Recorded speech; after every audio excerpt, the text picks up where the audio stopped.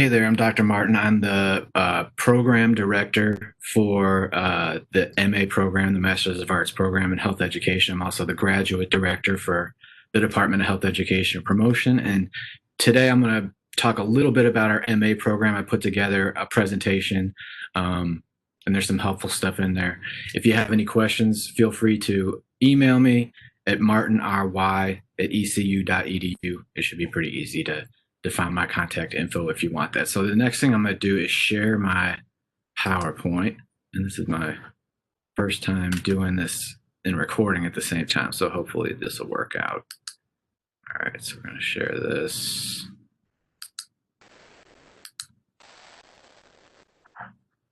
Okay. And we want to start the slideshow.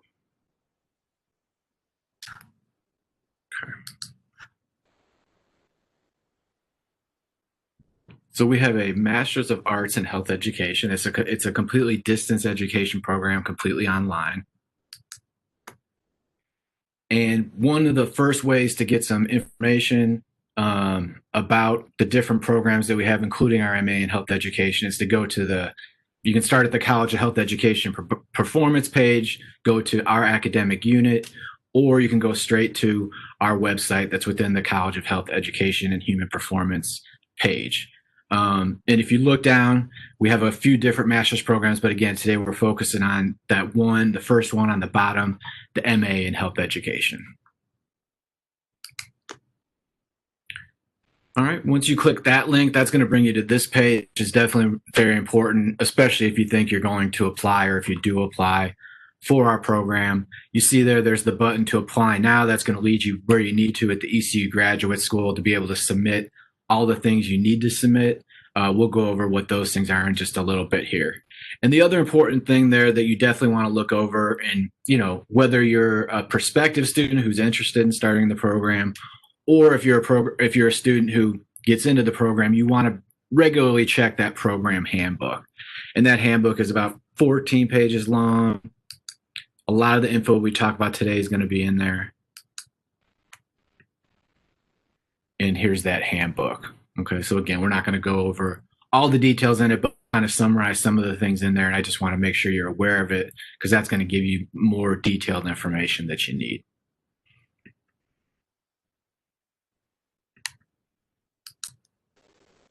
Okay, and here's our application deadlines. Now they have changed a little here. Obviously, this year's been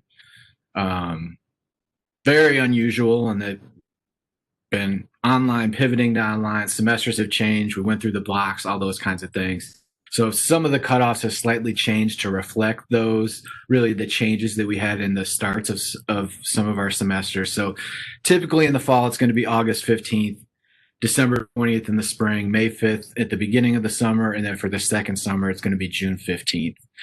For fall 2020 and spring 21, those dates have slightly changed, and you see that there with August 1st for fall 2020, January 1st for spring 21. Now, we're expected that those deadlines will revert back to what they originally were, but you want to definitely keep an eye on things. If semesters don't go back to the typical periods that we're used to, which seems like could be for the next year or so, that could be the case. All right, so here's all the things that you would need to have to be able to apply. And until you submit all these things, your application wouldn't come through to our department as being complete. So you have to have a complete application, and that's going to include all these different requirements that we see on this slide. So official transcripts from all institutions did. The graduate school, overall ECU graduate school, requires a GPA of 2.7 to be able to apply. Ours is, for our department, we have a 3.0 GPA minimum preferred. Okay. Now that said, if you're a little below that, we do discuss some borderline candidates, and depending on different factors, they may be able to get into the program on a probationary period. Okay. You also need 3 letters of recommendation. Those don't need to necessarily be especially long letters, but you do need to have 3 letters of recommendation. Typically those are going to come from professors and you work with, or people who, your supervisors and things like that, that if you're in the health education field that you work with. There's an application fee associated with it. Typically, you're going to need GRE or MAT scores, but again, that's something due to COVID, it's temporarily been suspended that those are necessary for you to be able to apply, okay, or for students to be able to apply. You need to include a statement of purpose, and then as part of the process, there's an online application form where you're going to put in a lot of, information about yourself, including the schools you went to and things like that. Okay. And once you submit all those requirements, then ECU will combine those into a package, and then that will enable myself and other faculty members to be able to review those application packages. And real quick, again, the GRE and the MAT have been suspended, but just to kind of give you an overview, we accept both tests. The GRE is a little bit longer. The GRE is a little bit more expensive. You see the components there. That second bullet under G, essentially what they're going to be assessing on that exam. If you get the results that day of the test, but then the official scores will become available 10 to 15 days after completing that test. The MAT, shorter, a little expensive, takes about an hour. Problems are stated as analogies from various academic subjects. Okay, so a lot of times if a student doesn't do well on the GRE, the MAT is a good alternative. If you're deciding between the two, and again, these are suspended temporarily, you definitely want to do some more research and think about what might be, based on your study style, based on your test taking style, which exam might be better for you. All right. And then within our MA in Health Education program, definitely the handbook's going to list more detail here, but okay, again, distance education program, completely online. You need to take 30 semester hours total. So most of your classes are going to be 3 credits, just like they are as grad. Typically, a full-time student would be taking 3 classes, 9 semesters in the spring and the fall. And we'll talk about most of our students actually aren't full-time, but we do have some that are, and we'll see that in just a little bit here. There's 3 different options. The vast majority of students pick that first one, the coursework option. Okay, so you take 12 electives. You take a comprehensive exam, okay, at the end of your tenure, at your last semester of taking classes. And with that comprehensive exam, again, there's more information in that handbook, but in a nutshell, it's an exam that's going to cover all the core classes. You're going to take an objective part that sort of has your multiple choice, true, false, matching questions. That's a short part of the exam. And then there's a longer part where you sort of put yourselves in the shoes of a health educator and about a problem related to either the whole United States or North Carolina specifically, and talk about how you would address that problem. So the majority of students, again, take that coursework option when they take the comprehensive exam. You can take that exam twice. You can't, if it's scored the first time and you're not, and you don't pass, you can't take it a second time. And usually students do better the second time because they've had a chance to see the setup of the exam on that first time and can study more appropriately, hopefully. Now, we do have a handful of students that sometimes do the internship option, okay, and that'll count for 6 of your credit hours, plus you'd have to take an additional 6 electives. And then the thesis works similar to the internship in that 6 of those hours are going to be related to your thesis and it takes 6 electives, again, as opposed to those 12 that we see with the coursework option. And our ratio is approximately 1 professor to 20 students or so, give or take on the semester. And our numbers stay pretty consistent, so that ratio stays pretty consistent as well. All right. And if you're graduating from our undergraduate program, you probably have seen the competencies in health education before. I don't need to regurgitate those, but you see the 7 core competencies for health education specialists. And then you see our 6 core courses. Remember, we said we have 6 core courses, and then 12 hours would be electives. And again, those electives are going to vary depending on which option you take, internship, thesis, or coursework. But those core courses we have, and again, those are going to be reflected in that comprehensive exam as well. Our foundations course, that's what we typically want our students to take, is their first course. So we gear it towards students starting in the spring, in the fall. Now, we do accept students in the spring, and students can make that work, but we really have it set up as a progression where we want students to start in the fall. they take that foundations course, and that should set them up well for the subsequent courses. And we have an intro to epidemiology course, intervention strategies, which is related to program planning. We have needs assessment, we have evaluation, and then we have research methods in health education, where you sort of get a combination of both what we do in quantitative research, what we do in qualitative research. Okay. And again, no matter what option you take, the 3 coursework internship thesis, you're going to take those 6 courses. All right. As a graduate of our master's program, you can certainly sign up for the MCHES exam. And we haven't had a lot of students take this recently, but the two students who took it in April 2019 and October 2019 both passed the MCHES exam. Okay, and the CHES is more geared towards undergraduate students. The MCHES more so geared towards graduate students that master in CHES. So the average for both exams is right around 71%. And again, the couple of students who've taken it recently from our MA program have done well. They succeeded in that MCHES exam, which is a nice certification to have. Okay, and real quick, just certified health education specialist, the average salary, this is a site called payscale.com. The average salary is almost $49,000 for a certified education specialist. All right. As far as time to degree completion goes, that's going to vary from student to student. If you're taking, a heavier load, if you're a full-time student, you're certainly going to get done more quickly than a part-time student.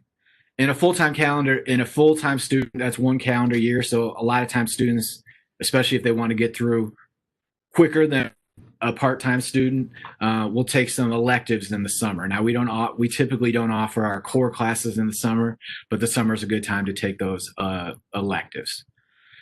And we do count a student being full-time as 9 credits per semester, okay? Especially in the spring and the fall. Now, about 20% of our students are what we consider full-time, but the majority, 4 out of 5, are part-time students, and they can average, anywhere between 1.5 to 2 to 3 years. And the maximum time you're allowed is 6 years, and that's a graduate school stipulation to be able to get done with your program. The maximum time you're allowed is 6 years. Okay, and you want to make sure you're taking a class every year. There are, if you skip a semester, certain things you're going to have to go through with the graduate school to essentially reapply. Okay, so just keep that in mind as well. And all that information is on the ECU Graduate School website. So that's another great source for kind of some of the overarching info related to being a graduate student, not necessarily specifically related to our program. Went back there. All right. And we do have some students, those who are the full-time students, who can work as, get research assistantships or teaching assistantships within our department. Okay. You obviously admitted to our program.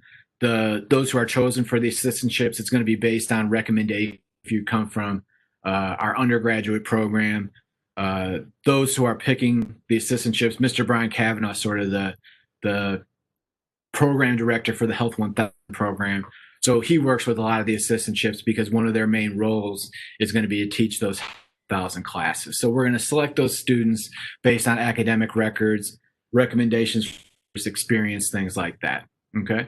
You'll get usually a combination of teaching and research experience, though we have some assistants that really all they do is teach, focus more on the research, especially if they worked with a professor going back to their undergraduate days and need to work with them throughout the MA program. But most assistantships a combination of teaching and research. And again, that teaching is going to be related to our Health 1000 course. Our department offers 5, 10, and 20-hour assistantships. So again, that's going to be dependent on you working with your different supervisors and things like that. There are other opportunities to work in other parts of campus potentially. The salary last year, I don't think it's changed, but the minimum salary for 20 hours is $4,500 per semester. And again, you do need to be enrolled full-time, which for a graduate student is going to be 9 semester hours in the spring and the fall. And here's the current fees. So obviously, if you're a North Carolina resident, you get a little better value than a non-resident. But we do have students in our program. I'd say the majority are from North Carolina, but we do have some non-residents there as well. It's still not a bad value compared to some other programs, even if you aren't a North Carolina resident. So you see the fees there. They do include some fees, but being a distance education student, you don't have nearly as many fees per an ECU student, related to athletics and using health services and things like that. Okay, so only $16 in fees compared to much higher when you look at those students who are living in Greenville, going to school person. Those fees are going to be a lot higher. Okay, and here's kind of a list of some of the common careers we see with this degree. Community or public health education specialist, that's probably one we see the most often. That one at the bottom, we see quite a bit too, people working at nonprofits, public health departments, things like that. You certainly could get a job at a college or a university as a faculty member. Now those jobs are quite competitive. But that's one of the benefits of getting that experience of teaching Health 1000 is you can apply for those jobs with some experience. Okay, and with the master's degree, you would go in as a fixed term faculty member. And I'm sure if you're coming through our program, you were taught by a lot of our instructors are fixed term faculty members. Now we have some tenure track and tenure as well. With a master's degree, you could apply for those fixed term positions. We see some of our graduates service work as case managers, health and wellness coordinators, certainly patient health education coordinators, and then worksite education specialists. So that's not what you're limited to with our degree, but those are some of the jobs that we commonly see with the MA in health education. Okay. And then here's a little PowerPoint with some nice search engines that are helpful for looking for jobs within our field. Okay. Oops, keep going the wrong way. And then lastly, here's the last page of that handbook that I told you about with some frequently asked questions. Now, we don't need to go through all these right now because a lot of them are specific to you got in the program, what are some of the next steps. But again, I want to remind you, go ahead and if you're interested in all in our program, take a look at that handbook. That's going to give you a lot of detailed information. Certainly contact me if you need any more information. Again, Martin RY at ECU. And again, my contact info is easy to look up if you just search for me online. It's going to be pretty easy to find. If you have another faculty member, you're especially comfortable in talking to and you want to touch base with them first and have them connect you to me, that'd be fine as well. But again, let us know questions. We're definitely always on the lookout for good students to add to our program. We always want good students who want that teaching experience too with assistantships. You don't have to go the route, but it is a really cool way to get some experience in the classroom that's not easy to get otherwise. So again, let me know if you have any questions. That's all I got for y'all today. I'm going to go ahead and end this show.